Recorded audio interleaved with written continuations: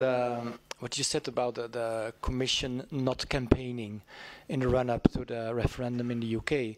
Does it also mean that if, let's say, a British newspaper or a television station asks, for example, Mr. Juncker to come to London or just to give a kind of to explain the deal and to explain why he thinks it's a good deal, would it also be a no? Would it seen as campaigning or not? Look, I think that now we are making rounds around something which is pretty clear. The Commission will not be part of the campaign for the UKinEU settlement and the referendum campaign. The Commission will continue to have a midday press briefing. We will not close down our representation in the United Kingdom. We have role conferred to us by the treaties as proponents of legislation. We're managing a budget of 140 billion euros per year. We have competencies attributed to us as a competition authority. All this will continue. But this is not being part of the campaign in the way your colleagues have implied. Yes, Thomas. Yes, Margrethe.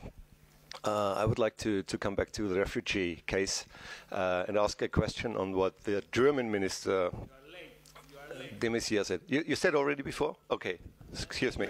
Let me send you Natasha for a bilateral. Yes, Jean-Pierre. Allez-y, parce que Jonathan Fall... Jonathan Fall's waiting outside. I'm sorry to be mixing things up, but could I just come back to the question put by David Carita? When you carry out your evaluation about the campaign, is this the result of a specific request made to President Juncker from Mr. Cameron asking him not to get involved because it would be counterproductive? And is it also because sometimes when you do get involved in a campaign, sometimes the result is the opposite from what you wanted? Well, let me resist the temptation to reply to the second part of your question, because I was going to riposte with a joke, but I shall desist.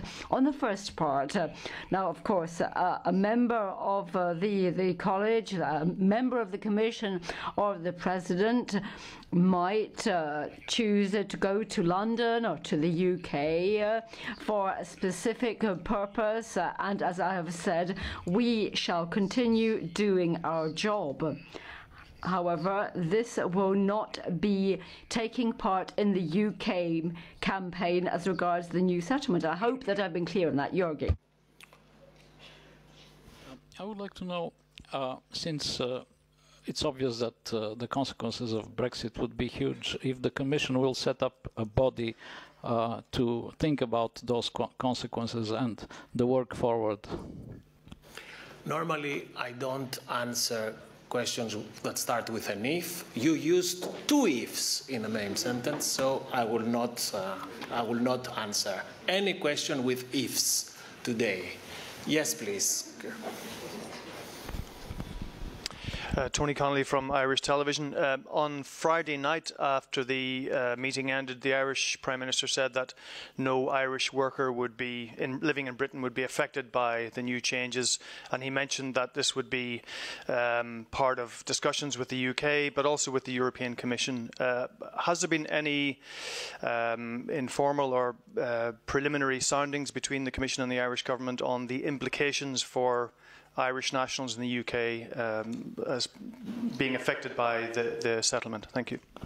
Look, may I remind you that we are coming out of a European Council. We've been discussing these issues for more than 40 hours. So let me assure you that in these discussions of more than 40 hours, all issues around the questions that had to be reflected on the new settlement have been discussed. As far as the Commission is concerned, once the referendum takes place and once the UK government notifies to the institutions the intention to stay in the European Union, then it is for the Commission to propose the secondary legislation, as I said before, that would reflect all aspects that will implement the European Council decision. Follow-up. Follow-up, yes, go ahead. Just for a follow-up question? Okay. I remember sitting in this press room and hearing a very passionate speech from your boss, Mr. Juncker, asking the Greeks to vote yes when they had a referendum on the Eurozone. Now, this might be a difficult question for you. Why are the Greeks more important than the British? Won't Mr. Juncker ask the British to vote yes too, or would he rather see the back of us? So it took you like 35 minutes to ruminate this question. Okay, now that you go back and you will file your report, I'm sure that you will write the right story. I will not add anything on this. I think I'm very pretty clear. Yes, please. On Thursday, a senior EU official came into the Justice Lipsis and briefed that the Commission's position was the emergency brake shouldn't be in place for 7 years because that wouldn't be defendable in the courts. Then on Friday, they said that this wasn't the case, this wasn't true, but they'd said this as tactics. And they said they didn't speak to journalists because they like journalists, but to instrumentalise them. Does Jean-Claude Juncker share this attitude to telling the truth? You're very cryptical, and I'm not very good in following cryptical routes. I am on the record here, representing the Commission on the record, in my name and in the name of the President and the College. That's what it matters. All the rest, it's irrelevant for me. Who else? Yes, please.